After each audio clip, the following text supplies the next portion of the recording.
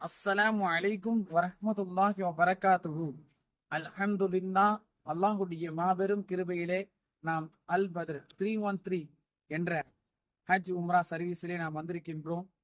இது மாபெரும் கிருபையாக நாம் நினைக்க வேண்டும். ஏனென்றால் அல்லாஹு சுப்ஹானஹு வ தஆலா ஒவ்வொரு மனிதர்களையும் தேர்ந்தெடுக்கின்றான் அவனுடைய இல்லத்தை காண்பதற்காக வேண்டி. அப்பேற்பட்ட ஒரு விஷயத்தை தான் அல்லாஹு சுப்ஹானஹு வ தஆலா நம்மளை அனைவர்களையும் தேர்ந்தெடுத்திருக்கின்றான். இந்த ஒரு விஷயத்தை நாம் மிகப்பெரிய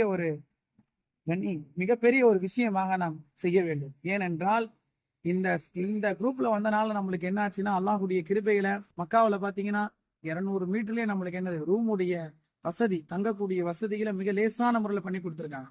அதே போல நமக்கு அதிகமான முறையில சாப்பாட்டுடைய விஷயங்கள், சிறியவர்களுக்காக இருந்தாலும் சரி, சிறிய குழந்தைகளுக்காக இருந்தாலும் சரி, பெரியவர்களாக இருந்தாலும் சரி, அவர்களுக்கு தோதுவான முறையிலே நாம் சாப்பாட்டுடைய விஷயத்தையும் அவர்கள் ஏற்படுத்தி கொடுக்கின்றார்கள்.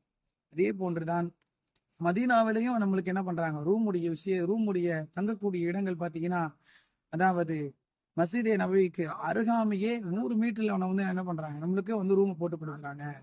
இதெல்லாம் நம்ம என்னன்னா தெரிஞ்சுக்கணும். இந்த விஷயத்தெல்லாம் நம்ம தெரிஞ்சுக்கிட்டு தான் எல்லா டிராவல்ஸுகள்லையும் போகணும். ஏனென்றா இன்றைக்கு டிராவல்ஸ் அப்படின்னு பாத்தீங்கன்னா சில டிராவல்ஸுகளை அதிகமான முறைகளை என்னது இந்த உம்ராவுடைய விஷயத்துல மோசடி செய்யப்படுகின்றது.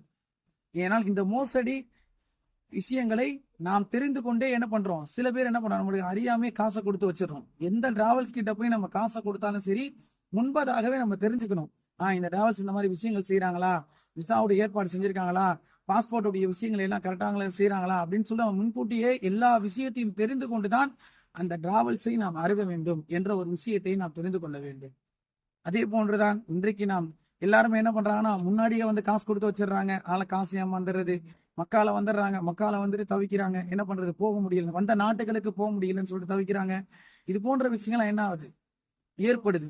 ஆனா இந்த விஷயங்கள் எல்லாமே நம்மளுக்கு தெரிஞ்சுக்கணும். தெரிஞ்சு வச்சுக்கிட்டு எல்லா விஷயத்தையும் மிக லேசான முறையில செய்யக்கூடிய ஒரு பாக்கியத்தை அல்லாஹ் சுப்ஹானஹு வ தஆலா வரக்கூடிய ஹாஜிமார்களுக்கு மிக இந்த உலகத்துல இருக்கக்கூடிய அனைவர்களுக்கும் அல்லாஹ் சுப்ஹானஹு வ தஆலா உம்ரா ஹஜ்ஜையும் செய்யக்கூடிய ஒரு பாக்கியத்தை நம்மை அனைவர்களுக்கும் வல்ல ரஹ்மான் தந்தருள்வானாக. வாஹிர் வதானா அல்ஹம்துலில்லாஹி ரப்பில் ஆலமீன். அஸ்ஸலாமு அலைக்கும் வரஹ்மத்துல்லாஹி வபரகாத்துஹு.